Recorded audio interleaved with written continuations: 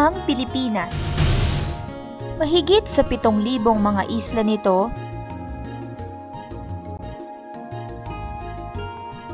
ay puno ng iba't ibang uri ng hayop,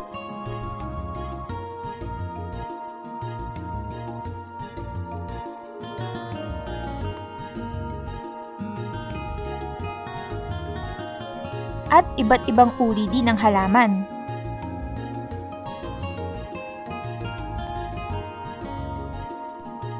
At kasama na dito ay ang mga exotic na halaman,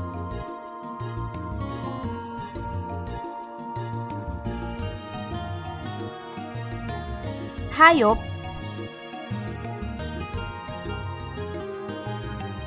at mga hayop na ginagawang pagkain.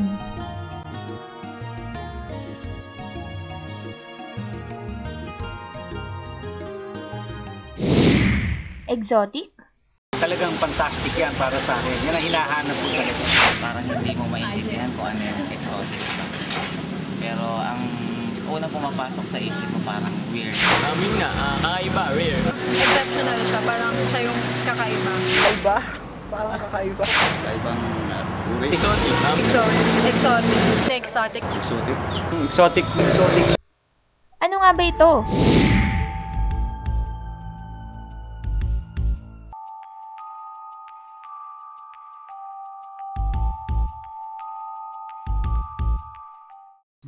Ayon sa mga eksperto, we only consider something exotic or someone exotic if we're not very familiar with it.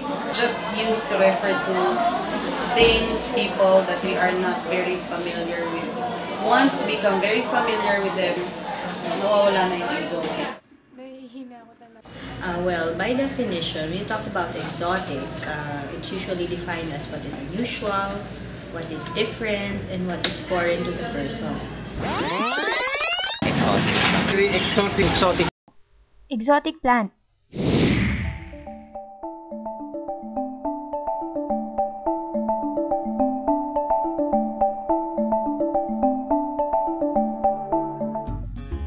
Exotic plants are actually plants that were introduced in our locality. And usually these are plants coming from outside of the country. These are not actually native plants. Ang sampagita o Arabian jasmine ay isang exotic plant. Tinatawag rin itong Jasminum sambac na lingid sa kaalaman ng marami ay nanggaling talaga mula sa bansang India. Si Ginoong Reynaldo Ablen, mismo na may-ari ng isang sampagita farm sa San Pedro, ay hindi alam na exotic ang kanyang tanim. Yun ang hindi ko alam pero parang kasi yun din ang tinatangkilik din kasi ng tao kapag sumikat dito sa atin.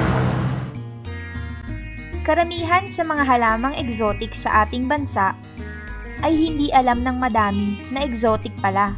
Ito yung bromeliads na namin dito sa Tagaytay. Hindi ko lang alam kung exotic siya. Ang mga halaman sa ating bansa na exotic at madalas na nakikita sa paligid ay ang sampagita, orchids, at gumamela. Ang mga exotic naman at hindi gaanong nakikita o rare ay ang Mickey Mouse plant, bromeliad, at ang insect-eating plant o pitcher plant. Ang mga orchids ay matatagpuan sa mga rainforest at tropical na lugar kung saan nabubuhay sila sa mahalumigmig na klima. Kung titingnan, isang popular na alagaing halaman, lalo na sa mga ina at babae ang orchids dahil sa dali sa pag-aalaga nito at madali pa itong mabuhay sa klima ng ating bansa.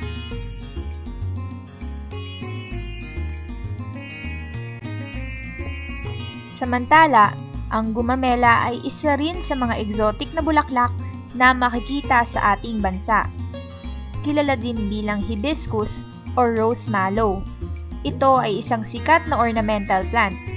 5 ang talulot na may kulay na dilaw, pink, puti at orange. Minsan ay halo-halo ang kulay.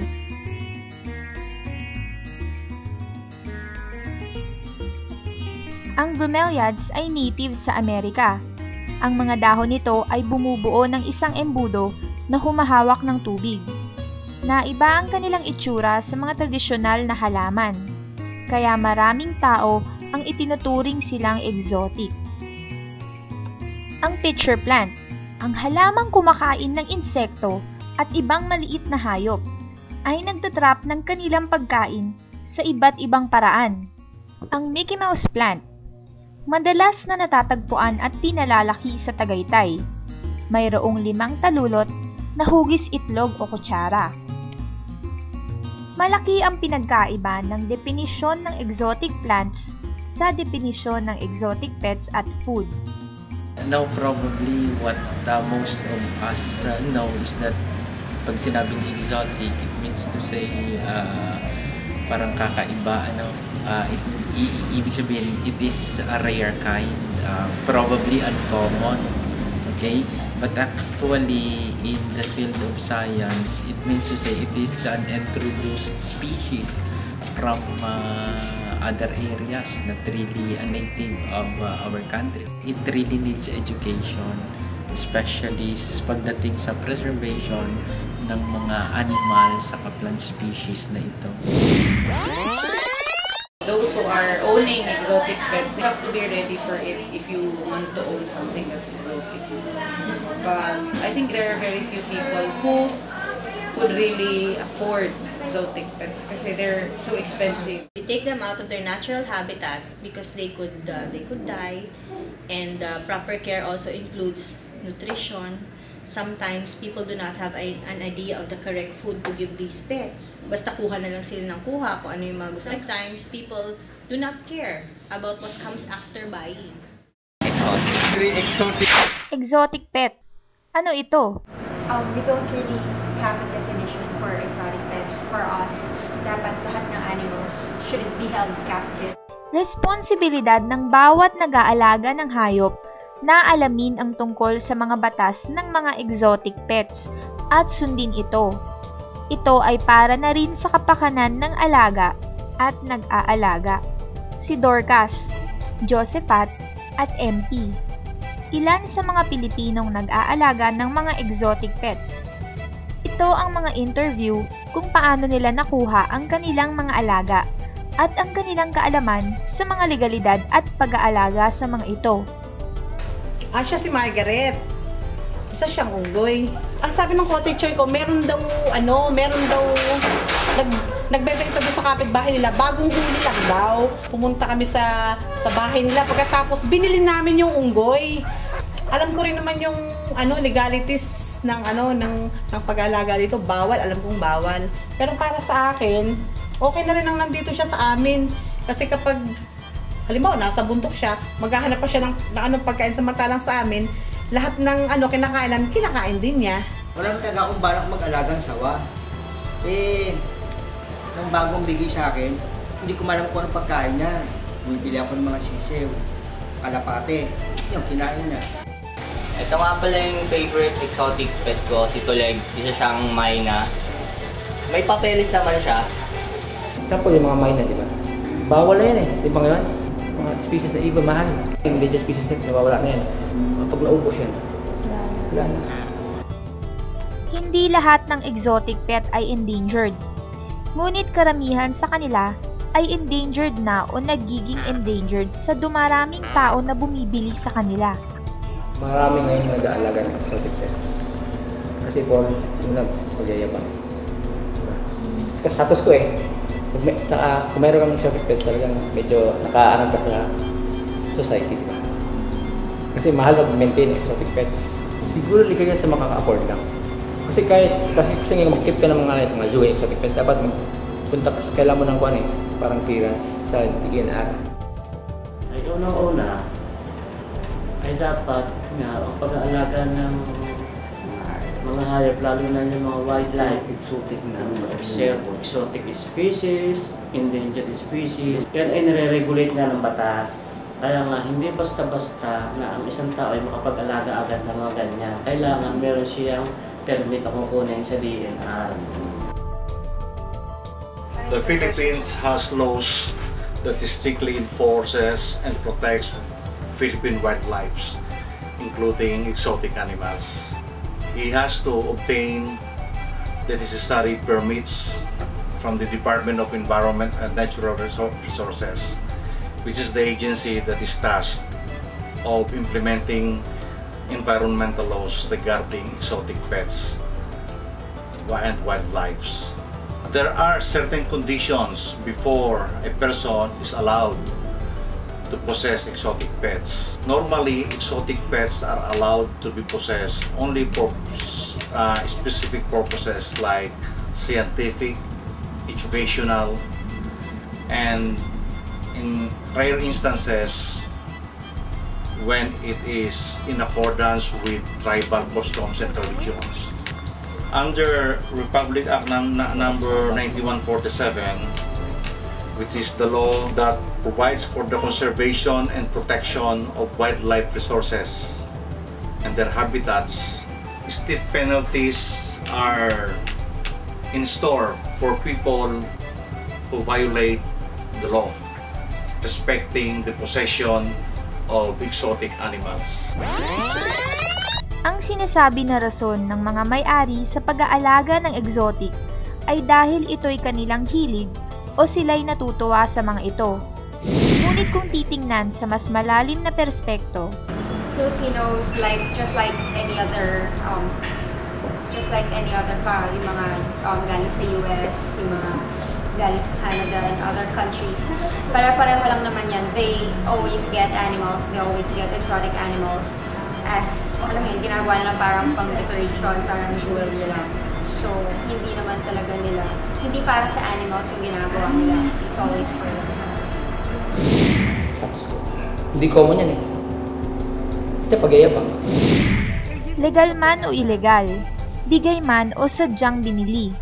Dapat na kontrolin at siguraduhing maaalagaan ng maayos ang mga hayop na ito. A lot of animals are suffering kapag they are held captive. Especially minsan pag nakikita nyo sa zoo, maraming animals na nag-exhibit ng mga different behavior. Maraming mga animals na nagkakaroon ng sakit na tinatawag na zoonosis kung saan paulit-ulit yung ginagawa nila. And this is wrong. Exotic na mga animals, they should be left in their own environment. But if there are people who really would want to own them, be prepared for all the needs of these animals. Major advice would be to know what you're getting into, because it is not easy to be caring for these kinds of exotic things. Number one, takes money. Number two, it is not as simple as caring for the usual kinds of animals or plants. And then number three, it is to be responsible enough to know what is needed and at the same time to care for these things that need attention. Exotic foods. The definition actually of exotic foods, these are the types of foods which are not familiar to us. Hindi siya common na nakikita natin sa palengke o ibinibenta. Dumarami ang mga Pilipinong nahuhumaling sa mga exotic na pagkain. Ang balot ay tradisyon natin mga Pilipino. Kasi ito'y kultura na natin at panlasa natin eh, napakasarap talaga nito. Balot baka mo, napakasarap talaga ng balot. Ito nga kinakain ko bago ako matulog eh. Galing ako trabaho kasi nagpapatiba siya ng tuhod eh. Ito ay isang farm sa Santa Rosa, Laguna, kung saan ang mga magsasaka dito ay kumakain ng palaka at daga. Imelda Pra kung tawagin dito sa amin. Yung pati daga, kinakain din namin. Peperito lang namin to. Yeah, ayos na. Masarap na.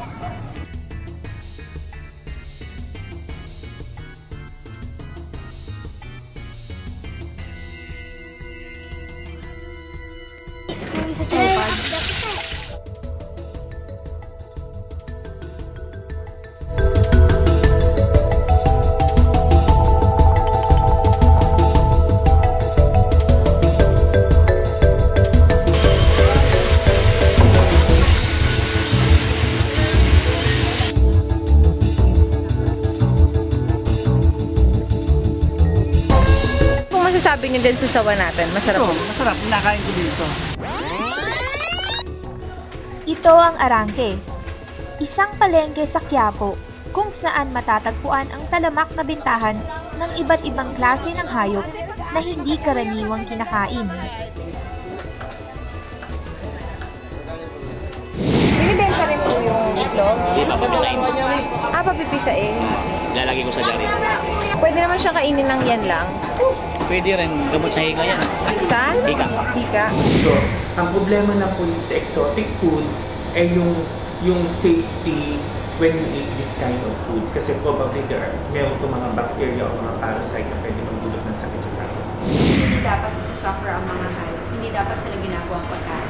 Kaya gusto ng mga Pilipino yung mga exotic food kasi po gawa na rin po ng mga paniniwala natin o yung mga tinatawag natin cultural belief. For example, kumain ka nitong ganitong klaseng pagkain, lalakas ka, tapos sisigla ka sa pagromansa, hahaba yung buhay, tapos gumagano yung mga karamdaman. Siguro more on belief at mga paniniwala po natin mga Pilipino. I doubt if there is any Philippine law that allows the killing of exotic animals for the purpose of cooking its meat in order to convert into exotic foods that are supposedly being sold in restaurants. Person who is caught selling meats of exotic animals could be meted the penalties imposed under Republic Act 9147, because under Section 27, one of the illegal acts is killing and destroying wildlife species. If you intend to cook exotic animal, then necessarily you will have to kill it, and that alone by killing is already an illegal act under the law.